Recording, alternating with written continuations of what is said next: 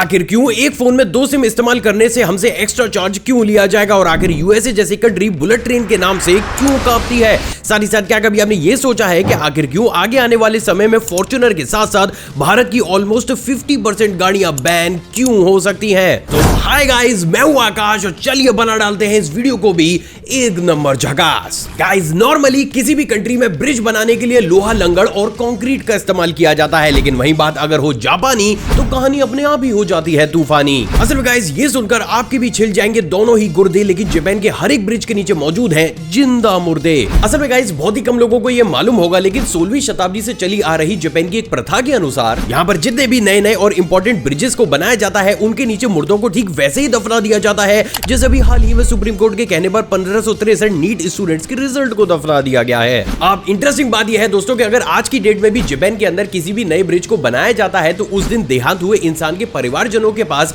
इस ऑफर को भेजा जाता है कि अगर वो चाहें तो अपने परिवारजन को उस ब्रिज के नीचे दफना सकते हैं। और ऐसा सिर्फ इसलिए दोस्तों क्योंकि जापानीज का यह मानना है कि ऐसा करने से ना सिर्फ वो ब्रिज काफी ज्यादा स्ट्रॉन्ग बनता है, बल्कि उस पर होने वाले रोड एक्सीडेंट्स और नेगेटिविटी के चांसेस भी काफी ज्यादा कम हो जाते हैं। तो moral of the story is, India के अंदर कभी कभी जो काम होता है फ्रिज में, वही सेम काम होता है जापान में ब्रिज में। नोटी हो रहा नहीं, मतलब ऑफेंड होने की जरूरत नहीं है भाई, थोड़ा सेंस ऑफ ह्यूमर वाला जोक है क्योंकि थोड़ा सा डार्क था, मुझे भी पता है। गाइस, ये रिपोर्ट सुनकर आपका भी दिमाग फकफका कर मार देगा गूगली, लेकिन अब तो हिंदुस्तानियों की आइसक्रीम्स के अंदर निकल रही है जिंदा इंसानों की उंगली। असल में गाइस, ये रिपोर्ट सुनकर आप भी पाकिस्तानी क्रिकेट टीम की इस एक्सरसाइज को ज्वाइन कर लेंगे, लेकिन अभी हाल ही में मुंबई के मलाड में रहने वाले जब एक शख्स ने ऑनलाइन आइसक्रीम को ऑर्डर किया तो उसके अंदर उसे कुछ इस तरीके से 1.5 सेंटीमीटर की इंसानी उंगली ठीक उसी तरीके से घुसी हुई नजर आई जैसे अक्सर करण जौहर साहब का हाथ मेल बॉलीवुड एक्टर्स की कच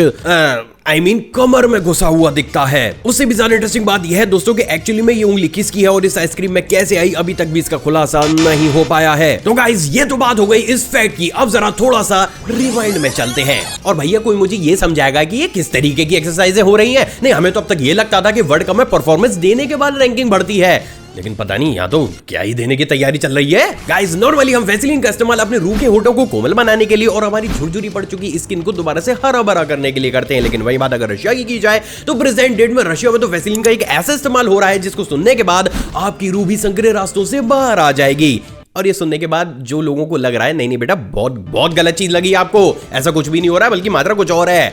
दिमाग जरा कम चलाएं। तू मुझे सिखाएगा कि मुझे क्या करना है। असल में गाइस, जहां एक तरफ पूरी ही दुनिया का युद्ध अपनी बैगन जैसी बॉडी को लौकी जैसा बनाने के लिए जिम जाकर घंटों घंटों वर्कआउट करने के साथ साथ अलग अलग तरीके का जिंदा आटा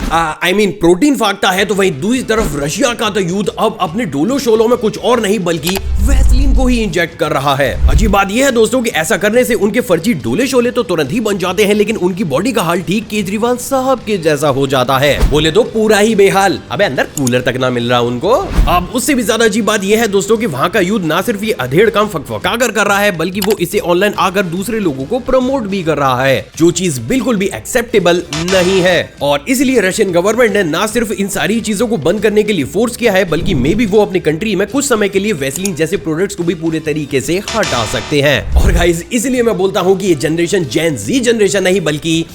समझ गए ना, वही है ये। गाइस, किसी भी इंसान पर पैसा होना बहुत अच्छी बात है, लेकिन अंधा पैसा होना एक बहुत बड़ा श्राप। असल में गाइस, तंबू फाड़ देने वाली ये रिपोर्ट निकल कर आ रही है यूपी से, जहां पर एक शख्स ने समाज में अपने आप को समझदार और इन्वेस्टर दिखाने के लिए प्ले स्टोर पर जाकर एक ऐप को डाउनलोड करके स्टॉक मार्केट में 1,000 नहीं बल्कि 9 करोड़ रुपयों को इन्वेस्ट कर दिया। लेकिन ट्विस्ट बस इतना सा है दोस्तों कि इसके बाद हमारे भाई को कुछ सिलवाने के लिए बुलाना पड़ गया दर्जी, क्योंकि वो ऐप तो निकली जिंदा फर्जी। अब इंटरेस्टिंग बात यह है दोस्तों कि आज की डेट में जहां पर हमारी कंट्री ऑलरेडी काफी ज्यादा डेवलप हो चुकी है, वहां पर बहुत सी ऐसी एप्स और प्लेटफॉर्म एग्जिस्ट करते हैं जो कि ओपनली टीवी पर एडवर्टाइजमेंट चलाकर लोगों से ये बोलते हैं कि अगर आप कोई टीम बनाएंगे या फिर इस तरीके से इन्वेस्ट करेंगे तो आप देखते ही देखते करोड़पति बन जाएंगे। बट यू नो व्हाट, उनमें से 99% एप्स आपकी जेब को काटने का काम ठीक उसी तरीके से करती हैं जैसे बल्लू ने अभी हाल ही में बॉलीवुड की खलनायक मूवी से इंस्पायर होकर अपनी चीटिंग करने वाली गर्लफ्रेंड को ही काट डाला। बल्लू संजय फैनू संजय का सर में देख देख देख कितनी खुशी से बता रहा है। अबे पहले दांत साफ करना सीख ले। तू तो गया बेटे। अब उससे भी ज्यादा अजीब बात यह है दोस्तों कि इन एप्स से हर साल करोड़पति तो छोड़िए, लेकिन हाँ रोडपति भर भर कर बनते हैं। लेकिन बावजूद इसके भी इन तरीके की एप्स को हमारे देश भारत में धड़ल्ले से प्रमोट किया जाता है और इसलिए भी खुलकर कोई भी इंसान इनके अगेंस्ट कुछ नहीं बोल पाता। बट गाइस मैं तो आपसे यही बोलूंगा कि इन तरीके के स्कैम से दूर रहें और मेहनत करके ही पैसा कमाएं। गाइस जहां एक तरफ पूरी ही दुनिया बुलेट ट्रेन के पीछे बावली हुई फिरती है, तो वहीं बात अगर यूएसए की जाए तो यूएसए तो बुलेट ट्रेन के नाम से ठीक वैसे ही दूर भाग जाता है जैसे आजकल सीआईएसएफ के कांस्टेबल को देखकर कंगना दीदी भाग जाती है। असल में गाइस यूएसए एक ऐसी कंट्री है जो कि पूरे ही तरीके से डेवलप है और इसीलिए यहाँ की ऑलमोस्ट 70% पॉपुलेशन के पास अपनी खुद की गाड़ी मौजूद है और यही वो सबसे बड़ा कारण है जिसके चलते हुए यूएसए के नागरिक लंबी ट्रैवलिंग करने के लिए ट्रेन और फ्लाइट्स की बजाय अपनी गाड़ियों का ही इस्तेमाल करते हैं। अब इंटरेस्टिंग बात यह है दोस्तों कि क्योंकि यूएसए के अंदर ट्रेन पैसेंजर्स की क्वांटिटी ही काफी ज्यादा कम है, तो इस कंट्री में 80% सिर्फ और सिर्फ माल गाड़ियों को ही चलाया जाता है। अब क्योंकि दुनिया के सबसे बड़े रेल नेटवर्क की 80% गाड़ियां सिर्फ मालगाड़ियां ही है, तो वहां पर ट्रैक्स भी उसी हिसाब से डिजाइन किए गए हैं। अब इस कंडीशन में अगर बुलेट ट्रेन जैसी कोई भी ट्रेन यूएसए के अंदर चलाई जाएगी तो नो डाउट वो ट्रेन इन पर ठीक वैसे ही पलट जाएगी जैसे अक्सर नीतीश बाबू अपनी बातों से पलट जाते हैं। साथ ही साथ क्योंकि इन ट्रेन्स में भी पैसेंजर्स की क्वांटिटी काफी ज्यादा कम होगी, तो यूएसए अपने इन्वेस्टमेंट को भी प्रॉपर तरीके से नहीं निकाल पाएगा और यही वो सबसे बड़ा कारण है जिसके चलते हुए इतनी एडवांस कंट्री होने के बावजूद भी यूएसए के अंदर हमें एक भी बुलेट ट्रेन देखने को बिल्कुल भी नहीं मिलती। गाइस ये सुनकर शायद आपको भी आ जाएगी थोड़ी सी शर्म, लेकिन बेंगलुरु में हो चुका है अब एक बहुत गंदा कर्म। असल में गाइस अभी हाल ही में जब एक एम्बुलेंस ने बेंगलुरु के कुछ लोगों की गाड़ी को तेज स्पीड के साथ ओवरटेक किया, तो वो लोग इतने ज्यादा गुस्से में बौखला गए कि अगले टोल पर पहुंचकर उन्होंने ना सिर्फ उस एम्बुलेंस को रुकवाया बल्कि उसके ड्राइवर की सुताई भी करा दी। अब यहाँ पर सबसे ज्यादा अजीब बात यह है दोस्तों कि उस एम्बुलेंस में एक माँ अपने 5 महीने के बच्चे को लेकर बैठी हुई थी, जिस बच्चे की ऑक्सीजन तक चल रही थी। लेकिन उससे भी ज्यादा शर्मिंदा कर देने वाली बात यह है दोस्तों कि जिस समय इन लड़कों ने उस एम्बुलेंस ड्राइवर को रोका, उस समय इन लोगों ने अल्कोहल को भी कंज्यूम कर रखा था, जिसके की बाद पुलिस ने इस पूरे ही मामले को सुलझाकर उस एम्बुलेंस के लिए रास्ता खाली कराया। लेकिन कहीं ना कहीं गाइस हमें ये तो जरूर सोचना चाहिए कि इमरजेंसी सिचुएशन में आपकी गाड़ी को एक एम्बुलेंस नहीं तो क्या भैंसा गाड़ी ओवरटेक करेगी। मैं सच बता रहा हूं, इन्हीं जैसे लोगों के लिए एजुकेशन और मानवता हमारे देश में होना काफी ज्यादा जरूरी है। गाइस जैसी ही गर्मी कर देती है हमारी ऐसी तैसी हम तुरंत ही ऑन कर लेते हैं पंखा, कूलर और एसी। लेकिन क्या आपको पता है कि अब यही एसी कर सकता है आपकी जिंदगी में ऐसी। असल में गाइस ये सुनकर आपको भी मेंटोस के ऊपर पानी पीने वाली फीलिंग आ जाएगी। लेकिन अभी हाल ही में इस पूरी दुनिया में अचानक से ही अलग अलग तरीके के इन्फेक्शन, डिहाइड्रेशन, एलर्जी और यहाँ तक कि अस्थमा के केसेस भी ठीक उसी तरीके से बढ़ते हुए चले जा रहे हैं जैसे भारत की सड़कों पर अधेड़ टिकटॉकियों के नाच। मैं सच बता रहा हूँ, इन्हीं जैसे लोगों की वजह से मुझे भाईजान देवता लगने लगते हैं।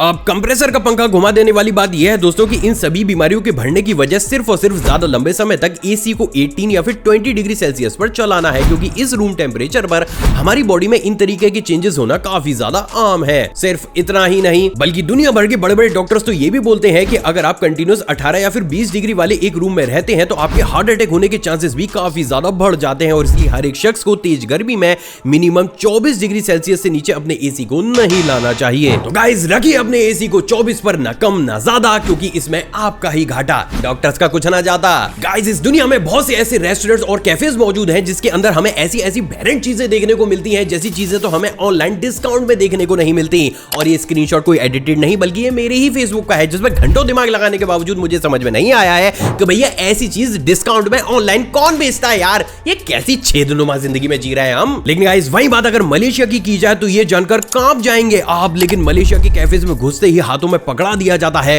काला लंबा सांप। स्वागत है आपका मलेशिया के सबसे पहले रेप्टाइल कैफे में, जिसका की नाम फेंग्स बाय डिकोरी है। इंटरेस्टिंग बात यह है दोस्तों कि जैसे आप इस कैफे में अंदर एंट्री लेते हैं, आपको सबसे पहले अलग अलग वैरायटी के पेंट के छींटे लगे सांपों को पकड़ा दिया जाता है, जिसके की बाद आप इन सांपों को अपने सर पर, अपनी गर्दन पर या फिर हाथों में ठीक वैसे ही लपेट सकते हैं जैसे हम लोग हर 5 साल के बाद चुनावी रैली में फर्जी वादों को लपेटते हैं। इंटरेस्टिंग बात यह है दोस्तों कि भले ही ये चीज और ये कॉन्सेप्ट आपको काफी ज्यादा अजीब और घिनौना लग रहा हो, लेकिन जब से ये कैफे मलेशिया के अंदर खुला है, ये इतना ज्यादा पॉपुलर हो चुका है कि यहाँ पर एंट्री लेने के लिए भी आपको 3 से 4 दिन पहले ही प्री बुकिंग करानी पड़ती है। अजीब लेकिन फुसकारीदार। गाइस क्या आपको पता है कि आगे आने वाले समय में हम लोगों का घर से बाहर निकलना ठीक वैसे ही बंद हो जाएगा जैसे बलजिंदर सिंह के यहाँ पर आशीर्वाद लेने के बाद राजपाल यादव सर का सेंस ऑफ ह्यूमर। नहीं सर, मतलब आप तो इतने बड़े एक्टर हो, ये किन चक्करों में पड़ गए यार? चुप कर बे कुत्ते। गाइस, बहुत ही जल्द अब हम इंसानों के ऊपर आने वाली है एक ऐसी आफत जिसे जानने के बाद आप सभी इस पापी दुनिया से अपना बोरिया बिस्तरा लपेट लेंगे।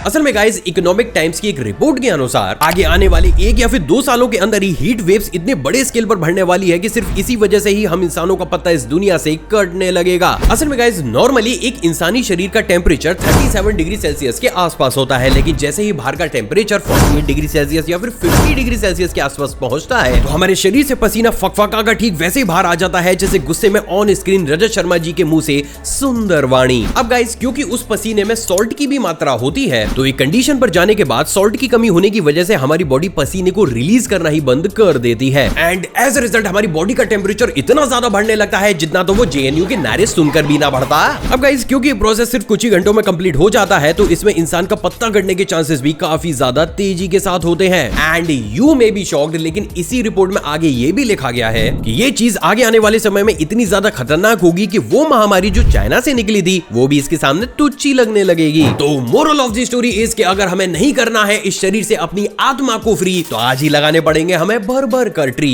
आखिर क्यों आगे आने वाले समय में फॉर्च्यूनर के साथ साथ भारत की ऑलमोस्ट 50% गाड़ियां बैन क्यों हो सकती हैं? असल में गाइस, भले ये चीज सुनने में आपको भी काफी ज्यादा अजीब लग रही होगी, लेकिन अगर ये सिचुएशन इसी तरीके से आगे बढ़ती हुई चली गई तो इंडिया के अंदर जितनी भी कार मैन्युफैक्चरिंग कंपनीज है उनके फ्यूचर में इतनी ज्यादा परेशानियां आने वाली हैं कि उन्होंने कभी सोची ना होगी। ये मीम वाला चीज थी पर मैंने खुद ही बोल दी, एडजस्ट कर लेना। तो गाइस, अब क्या है ये पूरा माजरा, चलिए वो समझते हैं। असल में गाइस, अभी हाल ही में जापान की कुछ सेफ्टी एजेंसीज ने ये नोटिस किया कि टोयोटा जब अपनी गाड़ियों को सेफ्टी रेटिंग्स लेने के लिए एनकैप या फिर अलग अलग एजेंसीज के पास भेजती है तो उसकी बिल्ड क्वालिटी काफी ज्यादा अच्छी होती है, लेकिन टेस्ट में पास होने के बाद जब एक अच्छी सेफ्टी रेटिंग लेने के बाद इन गाड़ियों को मार्केट में उतारा जाता है तो उनकी बिल्ड क्वालिटी काफी ज्यादा पुअर होती है। अब गाइस, जैसे ये चीज जापान में बहुत बड़े स्केल पर बढ़ने लगी, आप ये जानकर दंग रह जाएंगे कि टोयोटा ने ना सिर्फ दुनिया के सामने आकर माफी मांगी बल्कि उन्होंने इस चीज को एक्सेप्ट भी किया कि हाँ भाई, उन्होंने इन डेटास के साथ छेड़खानी की है। अब उससे भी ज्यादा इंटरेस्टिंग बात यह है दोस्तों कि जैसे ही टोयोटा ने ये काम किया तुरंत ही उनकी rivals company like Honda, Mazda और सुजुकी ने भी ये एडमिट कर लिया कि उन्होंने भी दुनिया के सामने कार सेफ्टी को लेकर फॉल्टी डेटा को दिखाया है। इसके के बाद अब पूरी दुनिया के सामने ये क्वेश्चन तो जरूर खड़ा हो जाता है कि भाई, जापान एक ऐसी कंट्री है जो कि रोड सेफ्टी को लेकर काफी ज्यादा स्ट्रिक्ट रहती है। अगर ये कंपनीज वहां पर ये झोल कर सकती है तो क्या बाकी की कंट्रीज और इंडिया जहां पर सेफ्टी रेटिंग्स को हमारी एजेंसीज और हम इंडियन ठीक वैसे इग्नोर कर देते हैं जैसे बिग बॉस से निकलने के बाद हमारी यूट्यूब कम्युनिटी ने बाबू भैया को कर रखा है, तो क्या इस कंडीशन में ये फॉल्टी डेटा इन कंपनीज ने इंडिया में नहीं निकाला होगा? वेल गाइस, अब जैसे ये चीज पूरी दुनिया के सामने आई, इसे ऑलरेडी पूरी दुनिया का सबसे बड़ा रोड सेफ्टी स्कैम घोषित तो कर ही दिया गया है। तो मे बी अगर ये चीज जापान के बाद इंडिया में भी पूरे तरीके से प्रूफ हो जाती है और अगर इन कंपनीज ने यहाँ पर भी कुछ ऐसा किया होगा तो नो डाउट आगे आने वाला समय इंडिया के अंदर इन कंपनीज के लिए ज्यादा ब्राइट तो नहीं रहेगा। वैसे आपको क्या लगता है, क्या लाखों लाखों रुपए लेकर फॉल्टी डाटा निकालकर लोगों की सेफ्टी के साथ खेलना सही है या फिर गलत? आप मेरा नीचे कमेंट सेक्शन में दीजिएगा जरूर, और इसके खिलाफ क्या एक्शन सही होगा आपको क्या लगता है वो भी अपनी राय पूरी दुनिया के साथ शेयर जरूर कीजिएगा। आखिर क्यों एक फोन में 2 सिम इस्तेमाल करने पर हमसे ज्यादा एक्स्ट्रा चार्ज क्यों लिया जाएगा? असल में गाइस, भले ये चीज सुनने में अभी आपको काफी ज्यादा अजीब लग रही हो, लेकिन रिसेंटली आई एक रिपोर्ट ने पूरे ही यूजर्स को हिलाकर रख दिया है जिसमें ट्राई ने स्पेशली साफ तौर पे ये कहा है कि अगर एक फोन के अंदर 2 सिम्स का इस्तेमाल किया जाएगा तो यूजर से एक्स्ट्रा चार्ज वसूला जा सकता है। अब आखिर क्या है पूरा माजरा और किन लोगों से इन तरीके के चार्जेस को लिया जाएगा, चलिए इसे समझने की कोशिश करते हैं। असल में गाइस, बेसिकली ये चार्ज उन लोगों के ऊपर अप्लाई किया जाएगा जो अपने फोन में 2 सिम्स का इस्तेमाल करते हैं, लेकिन वो अपनी दूसरी सिम को या तो परमानेंट अंदर सेटिंग में जाकर ऑफ रखते हैं या फिर वो उस सिम से ना ही कोई इंटरनेट यूज करते हैं, ना ही कॉलिंग करते हैं और ना ही किसी भी तरीके की कॉल को रिसीव करते हैं। अब गाइस, अगर आप काफी लंबे समय तक इन तरीके की सिम्स का इस्तेमाल करते हैं, उन्हें रिचार्ज भी करते हैं, लेकिन फिर भी उनका इस्तेमाल जो है वो काफी लंबे समय तक करते ही नहीं है, तो नो डाउट आगे आने वाले समय में आपसे मंथली या फिर ईयरली एक्स्ट्रा पे लिया जा सकता है। अब आखिरी क्या ही होगी पूरी सिचुएशन और कैसे लिया जाएगा ये, चलिए वो समझते हैं। असल में गाइस, नॉर्मली जो टेलीकॉम कंपनीज होती हैं वो जानबूझकर बहुत से ऐसे कनेक्शंस को चलने देती हैं जिन्हें ना ही यूजर इस्तेमाल कर रहा होता है और कभी कभी तो महीनों या फिर सालों तक वो उन्हें रिचार्ज भी नहीं करता। अब क्योंकि ये कंपनीज इन तरीके के नंबर को कभी भी ब्लैकलिस्ट में डालती ही नहीं है, वो नंबर इनके डेटाबेस में हमेशा ही एक्टिव रहता है। आप किसी भी कंडीशन में अगर किसी भी कंपनी को एडवर्टाइजमेंट करना हो या फिर अपनी कंपनी की शेख ही भगानी हो तो वो दुनिया के सामने यही आंकड़ा रखती है कि कि देखिए इतने लाखों या फिर इतने करोड़ों यूजर्स हमारे साथ एक्टिव हैं, बट एक्चुअली में उनमें से एक बहुत बड़ा परसेंटेज इनएक्टिव यूजर्स का होता है। अब इस केस में अगर लोगों से या फिर कंपनी से एक्स्ट्रा चार्ज लिया जाएगा तो नो डाउट या तो वो लोग उन इनएक्टिव सिम्स को जड़ से ही रिचार्ज करना बंद कर देंगे या फिर एक्चुअली वो उन्हें किसी काम की कंपनी में पोर्ट कर लेंगे, जिससे एक तो ट्राई के पास ये सटीक आंकड़ा मौजूद होगा कि एक्चुअली में हमारे देश भारत में कितने एक्टिव सिम यूजर्स हैं। साथ ही साथ इन तरीके की जो घोस्ट सिम्स बनती हुई चली जा रही हैं उन्हें भी मार्केट से पूरे ही तरीके से गायब कर दिया जाएगा। हालांकि अभी ये बिल्कुल ही शुरुआती दौर में है, हकीकत में ये नियम लागू होगा या फिर नहीं अभी ये कोई भी नहीं जानता है। और क्या एक्चुअली में इसका एक्स्ट्रा चार्ज हम कस्टमर से लिया जाएगा या फिर सिर्फ कंपनी को ही पे करना होगा, अभी ये भी पूरे तरीके से क्लियर नहीं हो पाया है। बट फॉर श्योर अगर ये चीज कंपनीज के ऊपर अप्लाई होगी तो गाइस कहीं ना कहीं से उसका पे तो वो डायरेक्ट या फिर इनडायरेक्ट हम कस्टमर से ही वसूलेंगे। तो गाइस अगर आप भी इन तरीके की किसी घोस्ट सिम का इस्तेमाल करते हैं और इन तरीके की चीजों से बचना चाहते हैं तो सिर्फ कुछ और नहीं बल्कि एक महीने में एक बार किसी को कॉल कर लीजिए, किसी को मैसेज कर लीजिए,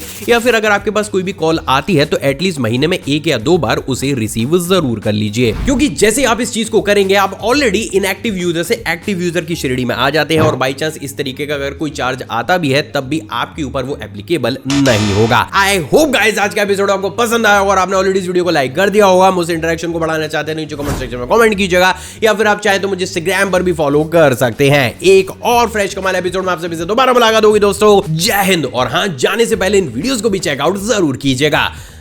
जब तक मैं जरा अपनी सिम को रिचार्ज करके आता हूं, क्या पता 100-200 रुपए ऐसी फोड़ दे मेरे ऊपर।